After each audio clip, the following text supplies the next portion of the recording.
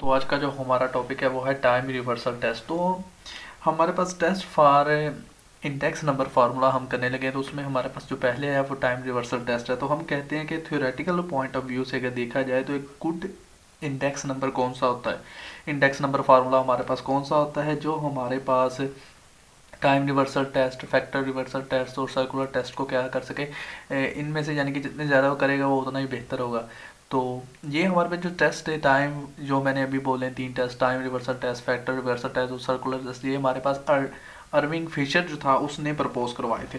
अब हम आज करते हैं पहला हमारे पास टाइम रिवर्सल टेस्ट। तो टाइम रिवर्सल टेस्ट में हमें बताया जाता है कि अगर हम सब्सक्रिप्ट में हमारे पास यानी कि हमारे पास जो ये नीचे जो ये वैल्यू पड़ी होती है सब्सक्रिप्ट वाली वैल्यू होती है, अगर हम ज़ीरो को और एन को हमारे पास इंटरचेंज कर दें, एक प्राइस हमारे पास प्राइस अगर जैसे पड़ी हुई है, अगर मिसाल के तौर पर पी एन और पी नॉट यहाँ पर पड़ा हुआ है ना, तो मैं यहाँ पर पी एन कर दूँ और यहाँ पर पी नॉट कर दूँ, इंटरचेंज कर दूँ, यानी कि ये चीज़ मैंने चेंज की है। आप देखें तो वो कहता है आप प्राइसेस में और हमारे पास जो क्वांटिटी या हमारे पास जो क्वांटिटी इंडेक्स नंबर के जो हमारे पास फार्मूले हैं उनमें आप क्या करते हैं, आप चेंज कर दें। यानी कि हमारे पास जो प्राइस इंडेक्स नंबर के फार्मूले हैं, जो क्वांटिटी इंडेक्स नंबर के फार्मूले होंगे, उनमें हमने ये चेंज कर देना है।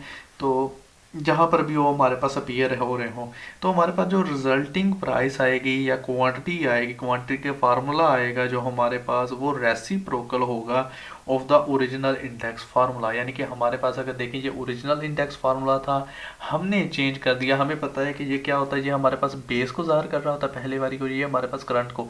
तो हमने क्या किया, हमने चेंज कर दिया, यानी कि जहाँ पर हमने ज़ीरो लगाना था वहाँ पर हमने एन लगाया, और जहाँ पर हमने एन लगाना वहाँ पर ज़ीरो लगाया। तो ये हमारे पास क्या है, वो कहता है रेसिप्रोकल होगा फिर हमारे पास जो ओरिजिनल इंडेक्स नंबर है उसके।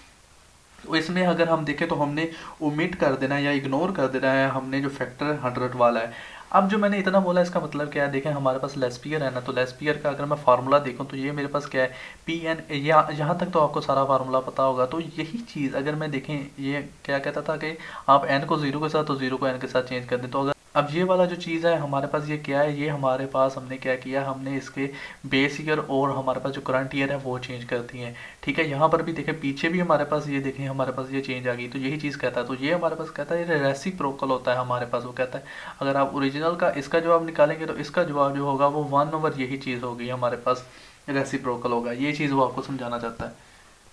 तो या आप ये चीज़ ऐसे कह लें, या आप कह, वो कहता है कि अगर देखें आप इसे इधर जाके मल्टीप्लाई कर देना तो ये क्या होगा हमारे पास, ये पहले ओरिजिनल वाला और जो रेसिप्रोकल वाला था वो आपका मल्टीप्लाई होकर इधर आ गया, वो हमारे पास। अब ये हमारे पास इन दोनों का आंसर अगर मैं कहता है कि मल्टीप्लाई करें तो आपके पास 1 आना चाहिए।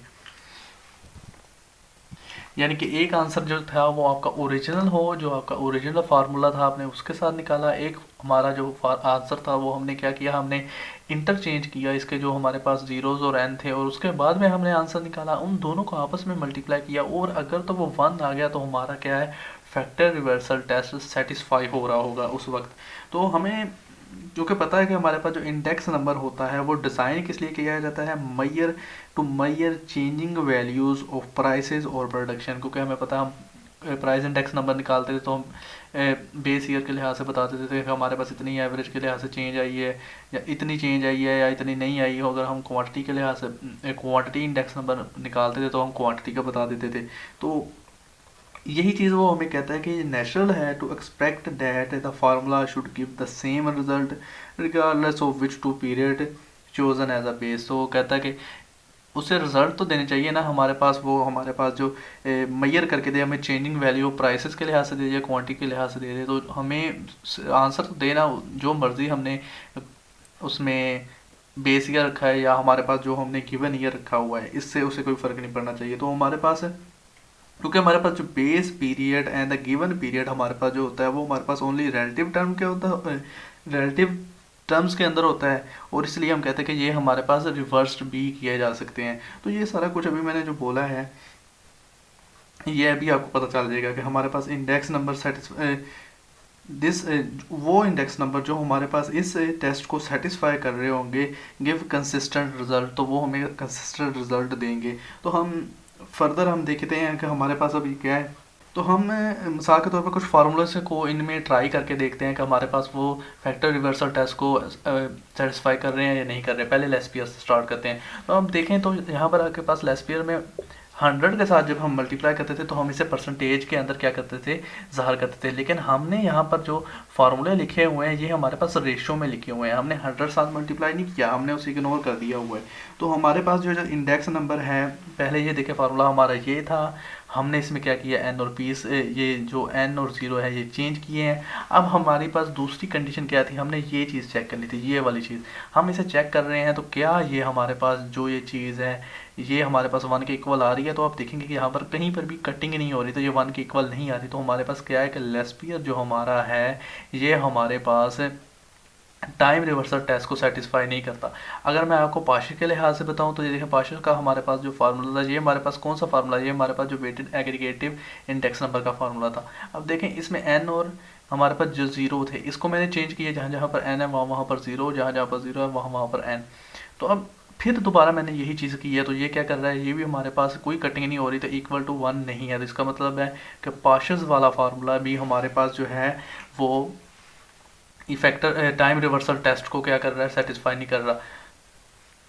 आगे हमारे पास मार्शल आ जाता है। अब मार्शल का आप देखें तो मार्शल में हमारे पास ये जो वेटेड एग्रीगेटेड का फार्मूला था हमने वो लिखा, एन और हमारे पास जो ज़ीरो थे उनकी वैल्यूज़ को चेंज किया। अब अगर आप देखें ना तो हमारे पास बिल्कुल कटिंग हो रही है कि ये हमारे पास ये चीज़ और ये चीज़ कैंसिल आउट हो जानी थी और ये चीज़ और ये चीज़ कैंसिल आउट हो जानी थी। तो हमारे पास आंसर क्या आ रहा था, 1। तो इसका मतलब क्या है कि हमारे पास जो मार्शल है ये हमारे पास टाइम रिवर्सल टेस्ट को क्या कर रहा होता है, सेटिस्फाई कर रहा होता है। यानी कि मार्शल एडवर्ड इंडेक्स नंबर जो होता है वो टाइम रिवर्सल टेस्ट को सेटिस्फाई करता है। इसी तरह अगर आप फिशर को देखें तो फिशर भी हमारे पास क्या कर रहा होता है, इसे सेटिस्फाई कर रहा होता है। यानी कि ये देखें, ये हमारे पास प्राइस रिलेटिव के लिहाज से हमारा जो फार्मूला था वेटेड एग्रीगेट का, उसके बाद में हमने दूसरा फार्मूला इसका बनाया, यानी कि एन और ज़ीरो की वैल्यूज़ चेंज की। उसके बाद में देखें हमारे पास एक ये और एक ये आ गया। अगर आप इसे एक ही अंडर रूट के अंडर कर लेंगे तो देखें हमारे पास ये सारी क्या कर जाएगी, कटिंग हो जाएगी। ये चीज़ इसके साथ कैंसिल आउट हो जाएगी, ये वाली इसके साथ कैंसिल आउट हो जाएगी, ये वाली इसके साथ और ये वाली इसके साथ। तो हमारा क्या आंसर आ जाएगा, 1 आ जाएगा। तो इसका मतलब क्या है कि ये भी हमारे पास क्या कर रहा है, फिशर इंडेक्स, ये हमारे पास टाइम रिवर्सल टेस्ट को सेटिस्फाई कर रहा है। इसलिए आप वैलिश के लिए भी देख सकते थे, तो वैलिश का भी कर जाएगा। तो इन सभी का मतलब क्या था कि हमारे पास ये सेटिस्फाई कर जाएगा या नहीं कर जाएगा। तो हमारे पास आगे जाके हमारे पास एक एग्जाम्पल है 5.14। तो अगर आप अपनी बुक के ऊपर, शेख चौधरी की बुक के ऊपर देखें 5.14, तो उसके अंदर उसने फिशर आइडियल इंडेक्स को निकाल के बताया कि ये, यानी कि उसका टाइम रिवर्सल टेस्ट निकाला है। इसका मतलब क्या है कि उसने एक दफ़ा हमारे पास ये आंसर निकाला होगा इस फार्मूले के ज़रिए, उस पूरे क्वेश्चन का एक दफ़ा इसके ज़रिए निकाला होगा, और उसके बाद में उसने क्या किया, उसने ये चीज़ की है, एक आंसर ये मल्टीप्लाई बाय दूसरा आंसर ये वाला, और उसका आंसर क्या आ रहा है, 1 आ रहा है अगर आप उसमें देखें तो।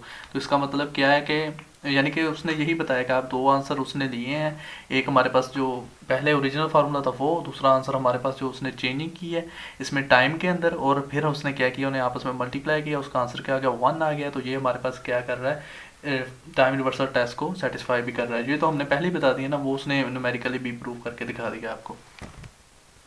तो एग्जाम्पल आप खुद देख लीजिएगा, क्योंकि ये सारे आप क्वेश्चन जो हैं, ये तो आपने कर लिए हुए हैं ना, आप पीछे से चैप्टर करते आ रहे हैं, सिर्फ और सिर्फ मल्टीप्लिकेशन ही करनी, बाकी तो सारा कुछ आसान है।